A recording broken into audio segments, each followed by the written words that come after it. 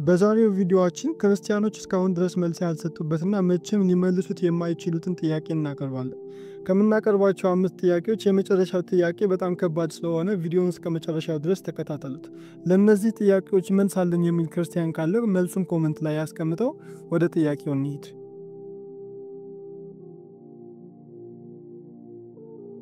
የመጀመሪያው ጥያቄያችን የሚሆነው ምንድነው? ኢየሱስ ክርስቶስ ሁሉን አድራጊና ሁሉን አዋቂ የሆነ ከአብና ከመንፈስ ቅዱስ እኩል የሆነ መለኮታዊ ስልጣን ካለው ለማን ነው ምልጃና ጸሎትን ሲያቀርብ የነበረው? ማቴዎስ ወንጌል ምዕራፍ 26 ቁጥር 39 ላይ ጥቂትም ወደፊት እልፍ ብሎ በፊት ወደቀና ሲጸልይ አባቴ ቢቻልስ ይህች ጽዋ ከኔ ትለፍ፣ ነገር ግን አንተ እንደምትወድ ይሁን እንጂ እኔ እንደምወድ አይሁን አለ። እዚህ ጋር ነው ጥያቄያችን። ኢየሱስ ክርስቶስ በጭንቅላቱ ተደፍቶ ሲጸልይለት የነበረው አምላክ ማን ነው? አባት የተባለው አካል ማን ነው?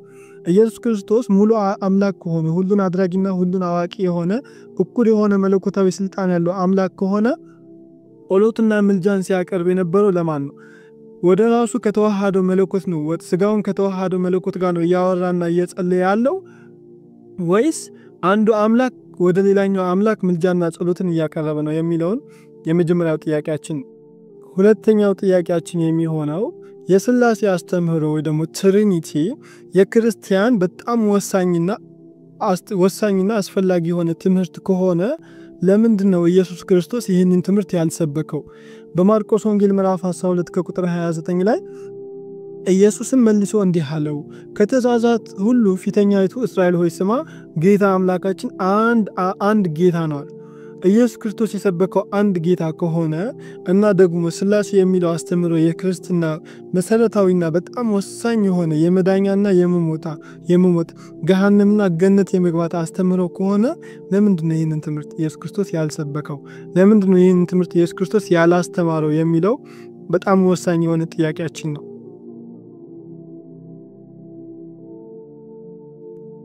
ሶስተኛው ጥያቄያችን ደግሞ ትሪኒቲ ወይ ደግሞ ሥላሴ የሚባለው አስተምህሮ መጽሐፍ ቅዱሳዊ ከሆነ እንዴት ከመጽሐፍ ቅዱስ ጋር ይጋጫል?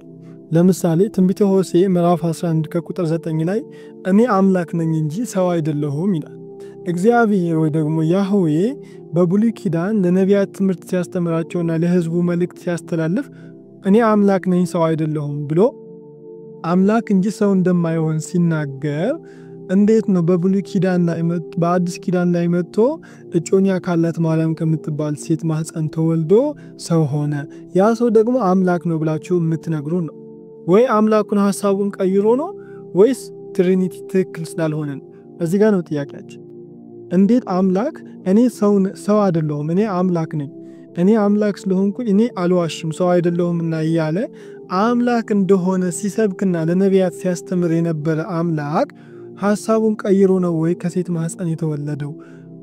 ሐሳቡን ቀይሮ ነው ወይ ወንድ ሆነው ነው? ኢየሱስ ክርስቶስ ወንድ ነው። እነሆ ድንግል ወንድ ልጅን ትወልጃለች ስሙንም ኢየሱስ ትይዋለሽ ነው የተባለችው። ያንን ወንድ ልጅ እንዴት አምላክ ነው ትሉናላችሁ? እኔ አምላክ ራሱ እኔ አምላክ ነኝ እንጂ ሰው አይደለሁም እያለ። ስለዚህ ይህንን ጥያቄ ኮመንት ላይ መልሱን አስቀምጡልን። አራተኛው ጥያቄያችን ደግሞ ለምንድነው መንፈስ ቅዱስ ሰላምታ የማይቀርብለት፣ አክብሮት የማይቀርብለት፣ ግሬቲንግ የማይቀርብለት ለምንድን ነው? ኢየሱስ እንደሚታወቀው ለአብ ይጸልይ ነበር፣ ለአብ ምስጋናን ያቀርብ ነበር። ኢየሱስ ክርስቶስ ሐዋርያቱ ምስጋናን፣ ምልጃን፣ ጸሎትን ሲያቀርቡ አንድም ቀን በመጽሐፍ ቅዱስ ላይ ለመንፈስ ቅዱስ ሰላምታ ቀርቦለት አያውቅም፣ ምስጋና ቀርቦለት አያውቅም። ለምን?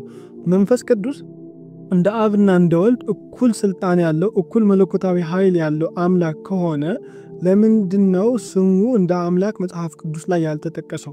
ለምንድነው ምስጋናና አክብሮት ለመንፈስ ቅዱስ የማይቀርበው? ይህንን በመጽሐፍ ቅዱሳዊ እንኳን ብናየው መጽሐፍ ቅዱስ ላይ አንድም ቀን ለመንፈስ ቅዱስ ሰላምታ፣ ክብር፣ የአክብሮት ስግደት ተቀርቦለት አያውቅም፣ ስሙም ተጠቅሶ አያውቅም። ስለዚህ ለምንድነው መንፈስ ቅዱስ የትሪኒቲ አንዱ አካል ከሆነ እዚህ ላይ ሊጠቀስ ያልቻለው? ለምን ተገለለ? ለምንድነው ኢግኖር የተደረገው ጸሎትና ምልጃ ላይ?